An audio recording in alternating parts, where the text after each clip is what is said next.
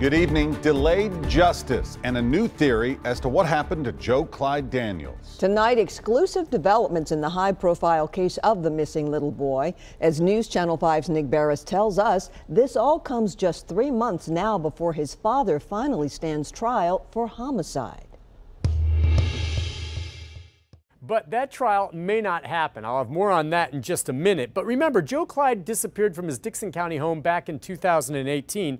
And as time passes, the evidence grows cold and more theories surface. Joe Clyde's father, Joseph, is charged with homicide. His mother, Crystal, with aggravated neglect. The boy went missing nearly 3 years ago, but his remains have never been found. How many people have been out searching for Joe Clyde as soon as he went missing? And what have we found? Absolutely nothing. David Marshburn was among those looking. Now, he's an investigator out of North Carolina who works missing persons cases. Marshburn was here searching. We're up here to find Joe Clyde Daniels. At one point, he believed the parents were involved. After all, the father confessed to beating the child to death before recanting.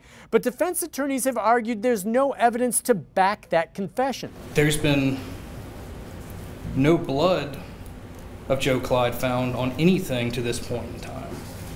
But yet in these statements that we're supposed to accept as gospel, Joe Clyde was bleeding from multiple places. Marshburn now believes the defense argument from before a gag order was issued that Joe Clyde, who had wandered out of the home that night, was abducted. That is a possibility.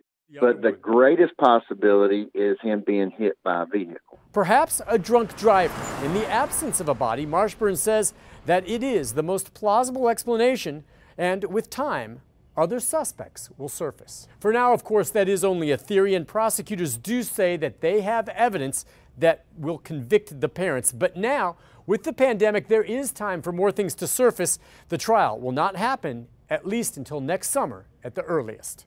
Nick Barris, News Channel 5. Thanks, Nick. The trial was originally scheduled to begin with jury selection on February 4th. Now that it's on hold nearly 3 years after Joe Clyde disappeared. From the start, though, thousands of people have been invested in what happened to the little boy. To have updates on the case sent straight to your phone, just download the News Channel 5 app.